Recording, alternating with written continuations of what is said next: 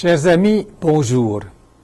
Il y a quelques semaines, Sœur Mary Cooper a présenté des ateliers de formation pour les futurs animateurs de Debout ensemble dans le Christ. Cette semaine, nous vous présentons des extraits de cette présentation de Sœur Mary Cooper. Écoutons bien comment se fait le déroulement d'un partage de la foi dans une petite communauté. La prière.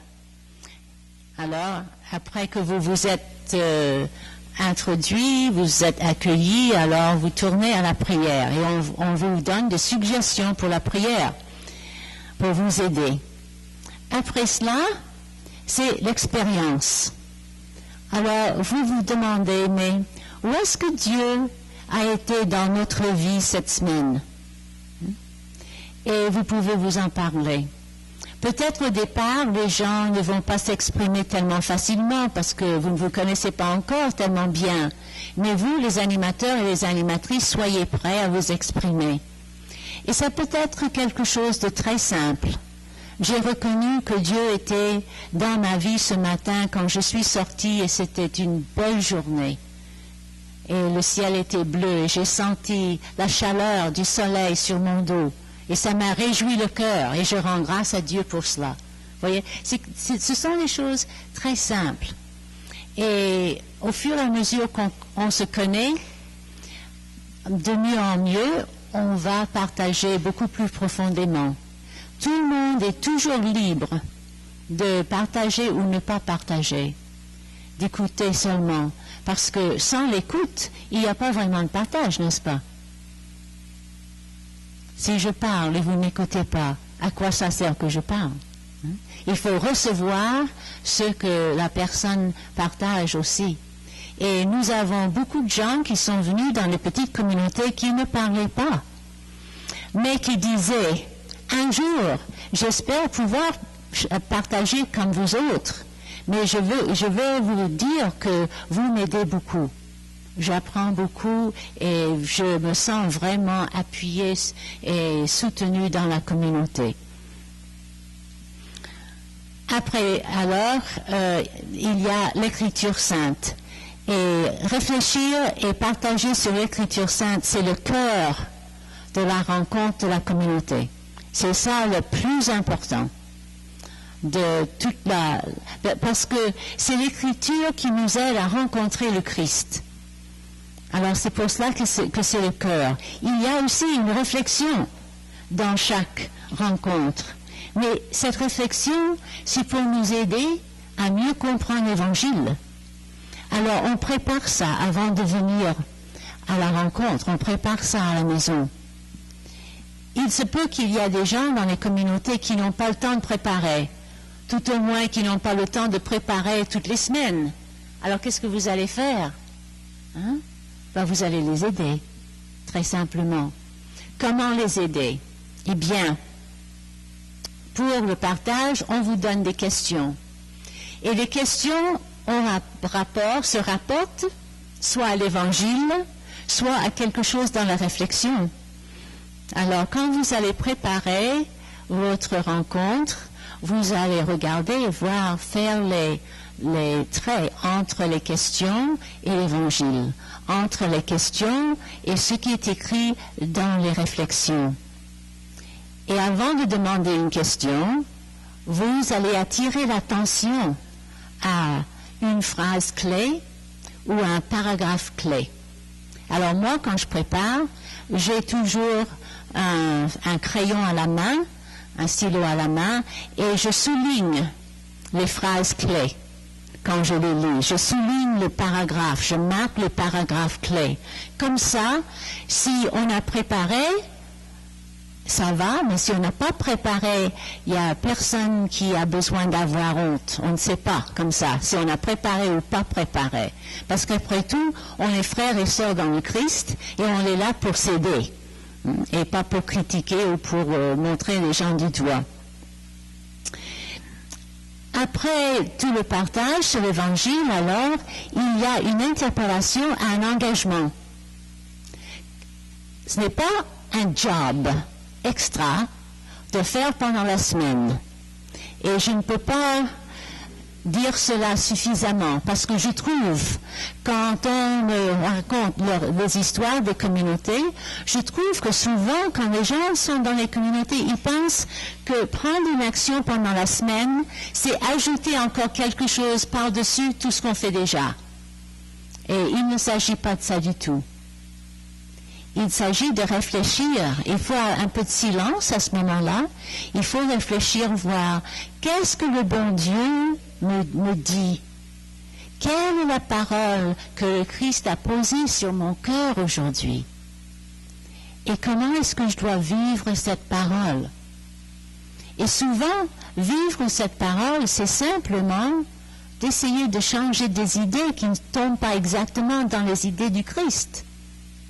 Ou peut-être c'est élever notre conscience à voir toutes les grâces que le Seigneur nous envoie pendant la semaine, par les autres, dans les événements de la vie, des grâces intérieures, le mouvement de l'esprit qui nous envoie vers les autres, qui nous encourage à faire le bien, même quand on ne veut vraiment pas le faire. C'est ça, prendre l'action pendant la semaine. Et vous allez peu à peu vous connaître de mieux en mieux, et dans vos réflexions et dans vos discussions et dans votre partage, vous allez commencer à voir un peu plus clairement ce qui se passe dans la paroisse, ce qui se passe dans le quartier, dans la ville.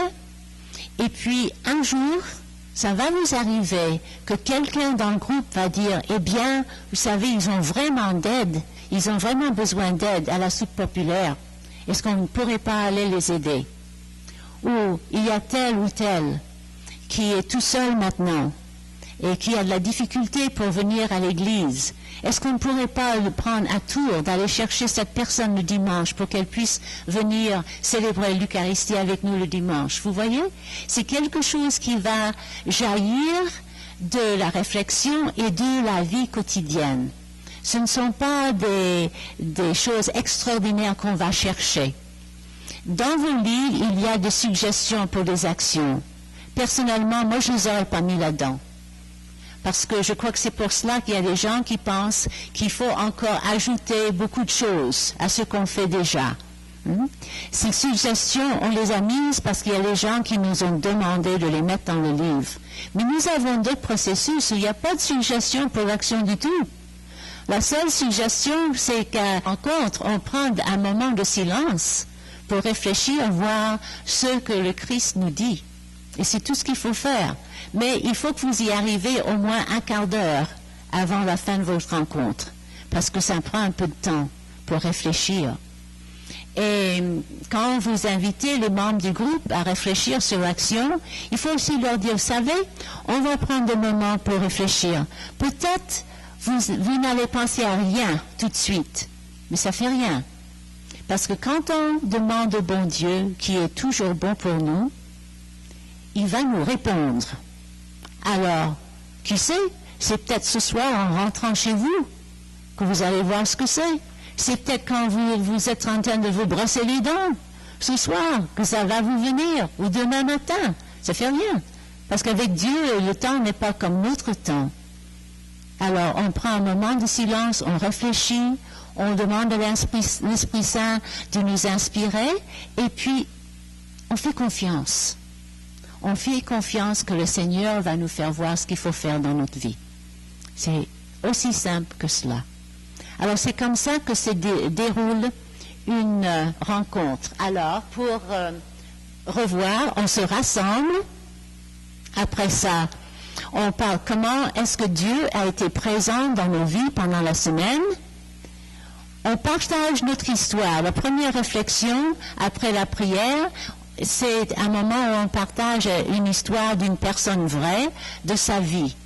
Et on fait le lien entre cette histoire-là et notre histoire, de notre vécu. Après cela, nous partageons l'histoire de Dieu, l'Évangile. Et c'est ça le cœur de la rencontre. Et puis, avant de nous quitter, on répond à une invitation à s'engager et puis on a une prière de clôture. De façon concrète, entrons ensemble dans le déroulement de la première rencontre de cette première étape qui nous permettra de rencontrer le Christ dans la parole de Dieu et le vécu des participants et participantes. La première page de cette rencontre vous situe dans le thème de la rencontre et vous donne les thèmes clés. Alors quand vous préparez déjà, ça vous introduit un peu, ça vous donne là, les actes des apôtres, par exemple, la multitude de ceux qui avaient adhéré à la foi avaient un seul cœur et une seule âme. Et personne ne se disait propriétaire de ce qu'il possédait, mais en mettant tout en commun. C'est avec une grande force que les apôtres portaient témoignage de la résurrection de Jésus, et la puissance de la grâce était sur eux tous. Alors, être rassemblés dans le Christ, c'est être rassemblés comme l'étaient les apôtres à la Pentecôte. Puis alors là, vous voyez les thèmes clés de la première rencontre. Alors, tournez la page. Et à la page 12, vous voyez, il y a le rassemblement et les présentations. Il y a une prière d'ouverture et puis aussi un chant suggéré. Alors, si vous voulez, vous pouvez chanter le chant qu'on vous suggère. Si vous ne connaissez pas, si vous ne l'aimez pas, c'est pas grave. Vous chantez ce que vous aimez. Vous chantez ce que vous connaissez dans le groupe. Après, partageons notre histoire. Alors, la première fois que vous vous rencontrez, même avant la réflexion, demandez-vous les uns les autres, peut-être, pourquoi est-ce que vous êtes venus vous inscrire dans cette communauté? Parce que comme ça, vous allez vous connaître un peu mieux, n'est-ce pas? Vous pouvez faire une note là dans votre livre, ou si vous n'avez pas votre livre, faire une note avec vos notes. Avant de commencer la réflexion, parlez vous les uns les autres, pourquoi vous êtes dans la communauté. Et cette réflexion, c'est une femme qui rencontre la manière comme sa maman va dans une petite communauté pour la première fois et son témoignage. Et puis il y a des questions pour le partage. Peut-être vous n'aurez pas besoin de questions. Ce n'est pas un test après tout. C'est une rencontre de chrétiens qui aiment le bon Dieu, qui s'aiment les uns les autres et qui veulent croître dans cet amour. Si vous pouvez discuter de cette histoire sans question, ça va. Et si vous avez besoin de questions, alors vous les prenez. Et vous pouvez prendre une question ou deux questions, selon vous. Tout est suggestion là-dedans. Hein? Alors vous prenez ce qui marche pour vous. Alors la page 14, nous tournons à l'Évangile. Partageons l'histoire de Dieu. Et l'Évangile, c'est la seule chose qui doit être lue en entier pendant la rencontre de la communauté. On proclame l'Évangile. Le reste, on ne le lit pas à haute voix, à part qu'on attire l'attention à une phrase ou un paragraphe. Hein? Parce que l'Évangile, c'est au centre de la communauté. L'Évangile, c'est au centre de la vie du chrétien et de la chrétienne. Alors là, puis nous allons prier cet Évangile ce soir. Marc 2, versets 1 à 12, la guérison d'un paralysé. Qui n'a pas fait l'expérience d'être paralysé d'une manière ou d'une autre, soit physiquement, soit émotionnellement, ou spirituellement même, ou psychologiquement. Nous avons tous reconnu ce fait de ne pas bouger d'une manière ou d'une autre, en soi ou dans une autre personne. Alors, faire le lien entre ce que nous avons vécu, de ne pas bouger, avec cet homme qui n'a pas pu bouger, dont les amis l'ont amené à Jésus, et qui a entendu Jésus dire « Lève-toi, mets-toi debout ». Et parlez-vous les uns des autres des moments dans votre vie que vous aussi, vous avez entendu « Levez-vous, mets-toi debout » et que vous vous êtes mis debout. C'est ça le partage de la foi. Faire ce lien entre ce que nous avons vécu et ce que nous trouvons dans l'Évangile. Et quand nous faisons cela, alors ça nous éclaire pour que nous puissions aller en avant. Alors il y a une question, si vous avez besoin de la question, vous l'utilisez. Si tout le monde commence à partager sans la question, ben ça va. Et après, il y a la longue réflexion. Alors celle-ci, d'habitude, on l'aurait préparée avant de venir à la rencontre pour qu'on puisse partager sur l'Évangile. Ça va de suite. Si on ne comprend pas bien l'Évangile, on s'informe dans la réflexion. Après, on peut mieux partager. Il y a aussi quelques questions sur la réflexion. Par exemple, la première, ça nous fait revenir à l'Évangile. Qui suis-je dans ce passage d'Évangile? Peut-être vous vous êtes trouvés comme les amis qui ont amené le paralysé à Jésus. Peut-être vous avez été Jésus parce que vous avez aidé à guérir quelqu'un. Peut-être vous êtes dans la foule. Alors vous partagez cela. Et puis alors vient l'invitation à s'engager. Alors, arrivez ici un quart d'heure avant la fin de la rencontre et au lieu de sauter aux suggestions, restez là, invitez la communauté à prendre un moment de silence pour réfléchir. Maintenant, le silence, pour certaines personnes, c'est très facile.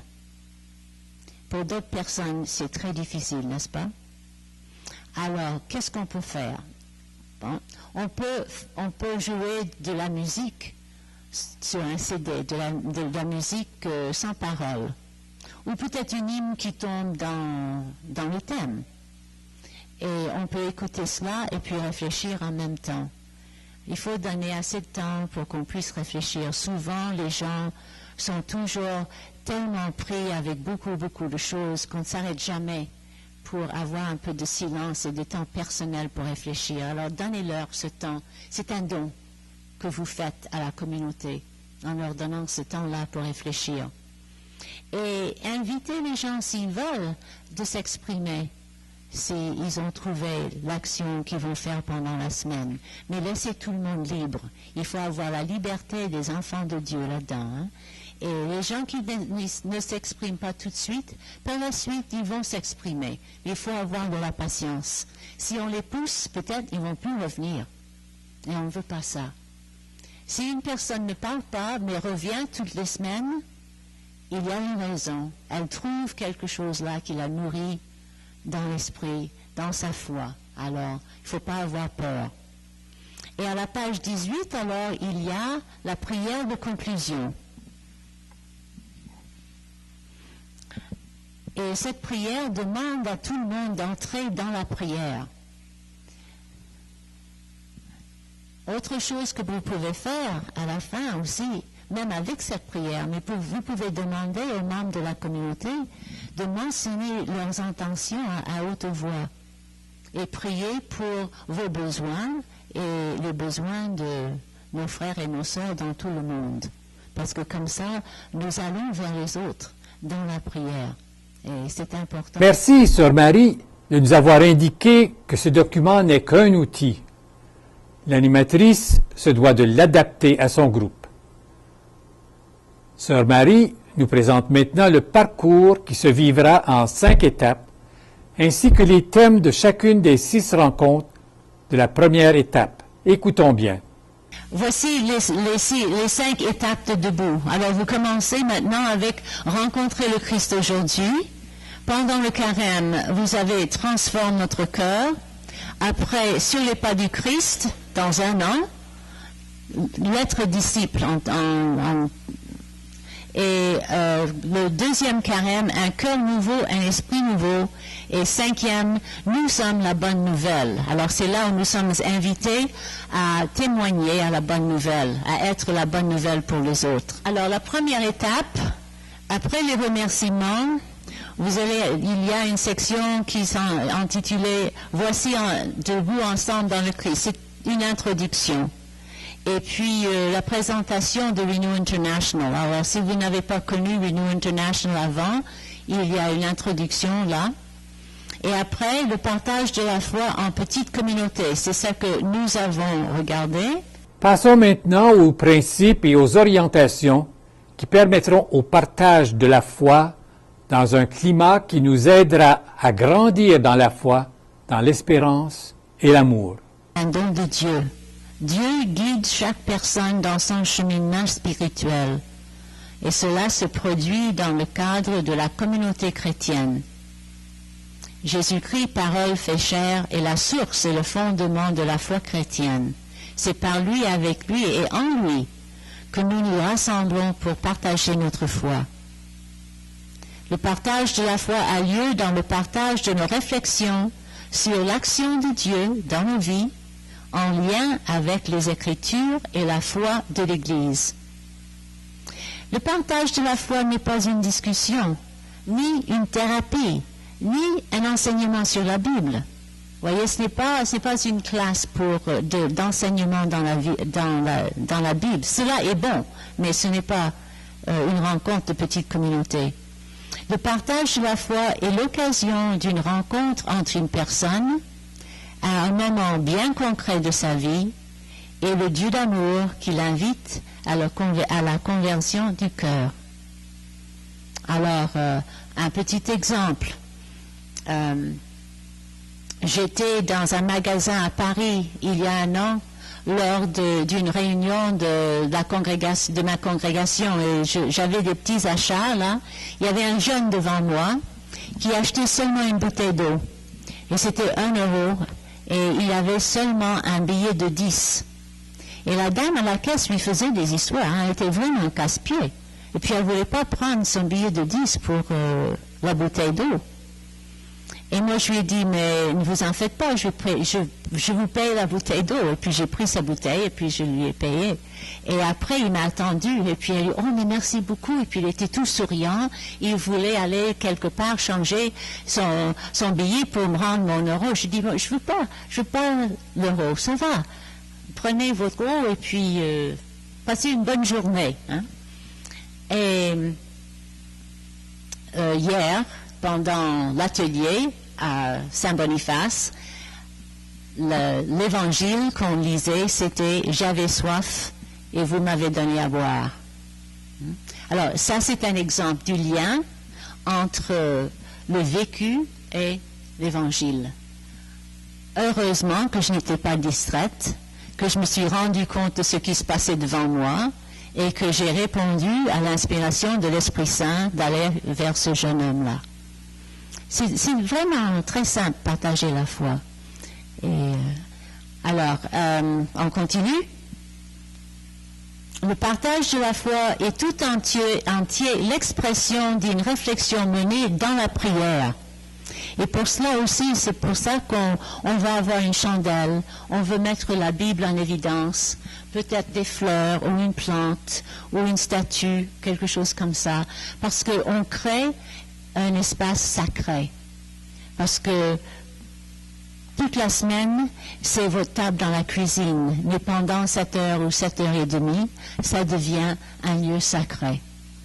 Et du moment où on allume la chandelle jusqu'à ce qu'on l'éteint, tout ce qui est dit, tout ce qui est partagé dans la communauté reste dans la communauté à jamais. C'est la confidentialité. Et ça, c'est très, très important parce que quand on ne garde pas la confidentialité, ça peut déchirer et détruire la communauté. Alors, il y a les orientations qui suivent. Un souci constant pour le respect de l'autre, la franchise et l'ouverture à chacun et chacune favorisent la croissance de la communauté. Chaque personne partage au niveau où elle se sent à l'aise de le faire et tout le monde accepte cela. Le silence constitue un élément essentiel de la démarche. Alors, avant de prier, avant de proclamer l'Évangile, avant de partager, des petits moments de silence.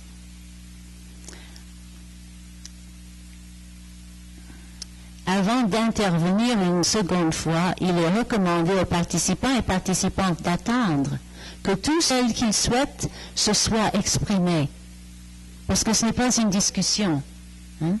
C'est on reçoit un don personnel que l'autre personne vient de faire à la communauté. Alors, il n'y a pas de commentaire. Hein? Je vous ai raconté ma petite histoire et le lien avec un évangile. Ce n'est pas que c'est juste ou pas juste, c'est quelque chose qui m'est arrivé, c'est une fois que j'ai répondu à l'inspiration de l'Esprit Saint. Alors, on ne discute pas, on reçoit avec reconnaissance. Toute la communauté a la responsabilité de participer et de partager sa foi. Et on peut participer par l'écoute et non seulement par le partage à haute voix. La confidentialité qui permet à chacun et chacune de s'exprimer en toute franchise est essentielle. Le partage devrait naturellement déboucher sur l'engagement à agir, qui en est l'aboutissement naturel et qui est la clé de la croissance spirituelle, à la fois des individus et de la communauté. Alors, la première rencontre, vous allez lire cela avec votre groupe et vous allez leur demander de s'engager à respecter ces principes et ces orientations. Parce que si vous faites comme cela, et s'il y a quelqu'un qui va hors du sujet, ou s'il y a quelqu'un qui ne respecte pas les autres, ce n'est pas que c'est votre opinion, c'est que c'est un engagement qu'on a fait ensemble et qu'on était d'accord que nous allons faire cela. Merci beaucoup, Sœur Marie, de nous guider dans cette démarche si importante pour le succès de Debout dans notre diocèse. Suite à cet atelier, certaines participantes répondent à 3 questions. Pourquoi as-tu accepté d'animer un groupe de partage? Qu'est-ce que tu as aimé dans la présentation de ce soir? Comment l'atelier te sera-t-il utile?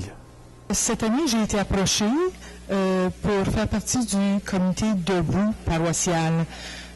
Ça m'a plu beaucoup, premièrement, d'être invitée et ensuite, après avoir jasé avec mon curé de paroisse, j'ai choisi que j'étais prête. J'étais prête à répondre à cette demande. Ce soir, j'ai vraiment aimé le partage qui a été fait comme exemple pour les animateurs. Parce que ça nous a donné, comment est-ce qu'on dit, là, un survol de ce qui peut arriver en réalité lors d'une réunion. Je crois honnêtement que ça m'a aidé dans le sens que je vais être plus à l'aise lorsque je serai avec un groupe. J'ai accepté de participer à un groupe d'animateurs parce que, premièrement, je trouve que la vie va vite, puis j'ai senti un recul. Puis lorsque M. Guy m'a invité, ça m'a ouvert les yeux, puis je me suis dit, hey, c'est le moment pour moi. Ce que j'ai aimé, c'est qu'on a vécu ce que c'était un partage. On ne nous a pas juste dit comment le faire, mais on l'a vécu. L'atelier va m'aider parce que je vais tenter de faire comme on a vécu ce soir. On a vécu quelque chose de spécial, puis je vais être accueillante. Merci bien d'avoir accepté généreusement de répondre à mes 3 questions.